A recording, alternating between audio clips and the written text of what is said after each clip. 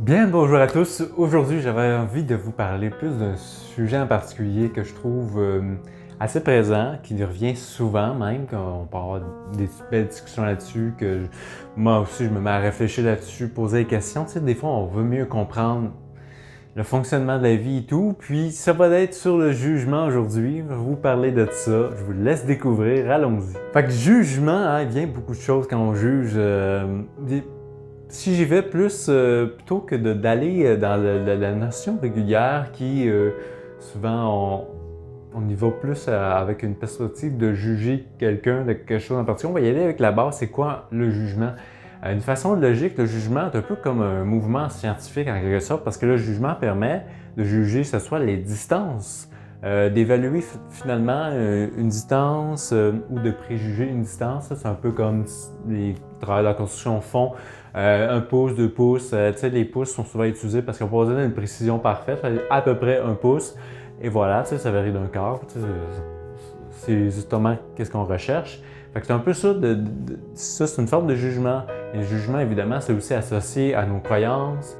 Ça reste une perception, ça reste un apprentissage qu'on a partagé ensemble. Fait en ça, on a une forme de jugement pour évaluer les choses.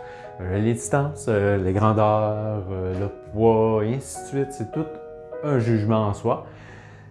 Plus cartésien, évidemment, plus linéaire, parce qu'on suit quand même un certain ordre au final. C'est sûr qu'il y a des jugements plus comme préjugés, qu'un préjugé, justement, c'est la notion de, justement, pouce, pas besoin d'être précis. Fait qu'on va juger que telle distance, c'est bon. Avec un pouce qu'il y ait un espace d'un quart, c'est bon. T'sais. Puis ainsi de suite. T'sais, on peut évaluer que telle grandeur de ma main, mais ça vaut tant, tac, tac. Je préjuge que c'est assez pour faire telle distance, telle chose. C'est dans cette notion-là. Fait qu'on mélange aussi justement la notion de préjugé qui est finalement associée au fait qu'on va avoir des connaissances, un savoir qui est en arrière de nous, qui va nous permettre des fois d'éviter de refaire des erreurs.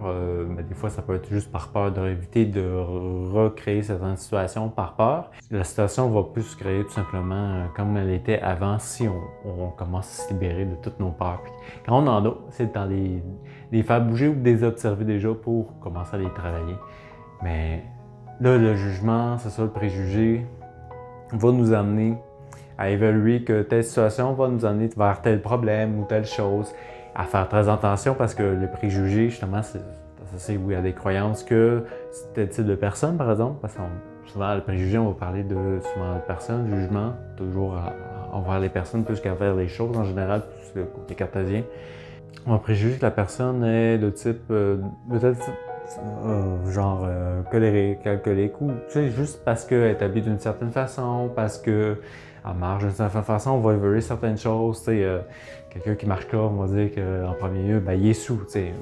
Jugement, préjugé finalement, parce que la personne a peut-être un handicap de marche. T'sais. C'est des choses comme ça. Fait que préjuger, c'est une façon d'évaluer l'autre, finalement, pour savoir à quoi s'attendre. C'est une façon de... On est dans une notion aussi de survie, de danger quand on est dans le préjugé aussi. C'est une façon de se protéger, finalement, aussi, ou d'interagir mieux avec notre environnement, savoir quoi faire et tout. Des fois, pour pas être surpris par l'inattendu, tout simplement. C'est ce que permet le préjugé. Je vous fais un petit résumé de tout ça. Fait que jugement... Fait que le jugement, c'est de dire qu'une chose est comme ça. On s'arrête là tout simplement, comme ça. C'est pas vraiment comme ça, sans préjuger, sans supposer qu'elle est comme ça. Parce qu'on la voit comme ça, on est comme ça. Tu comprends? Fait que ça, c'est vraiment c'est simple. Il n'y a pas trop de préjugés. Souvent, c'est une pensée à la prévision. On prévoit quelque chose. Il y a quelque chose en arrière. Le préjugé, c'est qu'on a vécu, on a une notion de base en arrière du préjugé qui c'est souvent associé à c'est associé à un principe plus complexe. Il y a comme plusieurs jugements finalement, plusieurs critères qui sont atteints qui amènent un préjugé. On ne se pose pas nécessairement la question de savoir si c'est bien ou mal, souvent on va plus juger que c'est mal. C'est pour ça que dire, OK, là, tu sais, le jugement est présent, c'est parfaitement censé qu'on en ait un.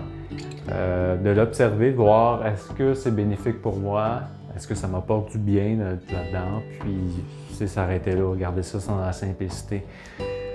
c'est revenir, parce que c'est ça qu'on va en revenir au cœur, si on est capable de faire ça et de respirer dans le cœur, de s'imaginer d'être ici au centre de notre être, puis d'accueillir les choses comme elles sont.